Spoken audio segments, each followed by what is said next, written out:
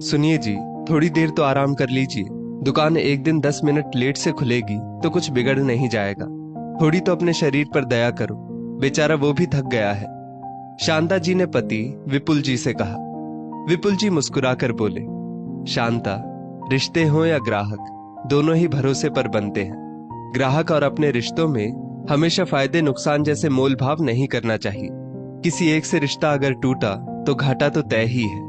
ये सोचो, कितने ग्राहक होंगे जिन्हें भरोसा होगा कि मैं दुकान वक्त पर खोलूंगा और उनकी जरूरत पूरी करूंगा, तो मुझे अब जाना ही होगा। शांता जी बोली, अब आपकी उम्र नहीं रही दुकान की जिम्मेदारी संभालने की।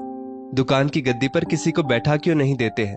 पूरा जीवन तो मजदूर की तरह काटते रहे, अब तो आराम कर लीजिए।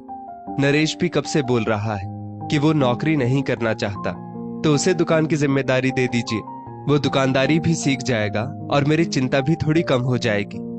तभी नरेश की पत्नी उमा बोली, मम्मी जी, आपको अपने बेटे पर भरोसा है, पर लगता है पापा जी को अपने बेटे पर भरोसा नहीं है। पापा जी, आपके ग्राहकों से आपका रिश्ता आपका बेटा खराब नहीं करेगा, कुछ तो भरोसा रखिए।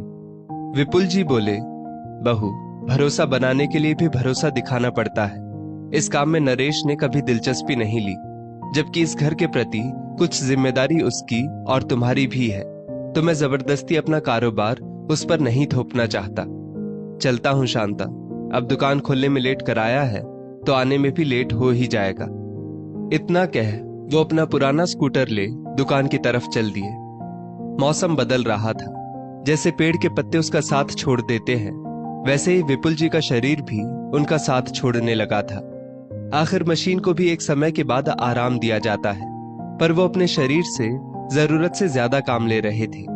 एक रोज नरेश पिता के साथ दुकान पर बैठा था, तभी विपुल जी के पुराने ग्राहक कम मित्र कैलाश बाबू आए और बोले, विपुल बाबू, क्या हाल समाचार है? आज तो आपका बोझ हल्का करने बेटा भी बैठा है। विपुल बाबू हंसकर बोले, अरे कैलाश बाबू, आइए आइए, आजकल तो आप दिखते ही नहीं हैं। सामान आजकल या तो आपका बेटा या पोता लेकर जाता है।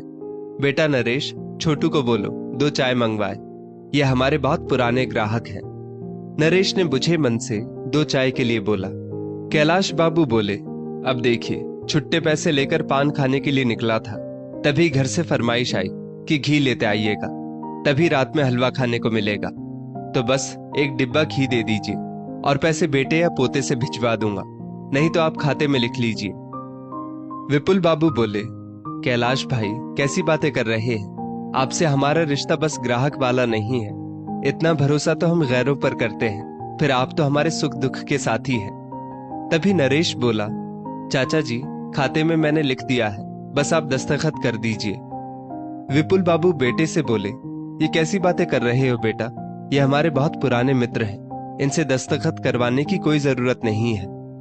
नरेश बोला, चाचा जी, आप ही बताइए, व्यापार और रिश्तों को जोड़ना क्या सही है?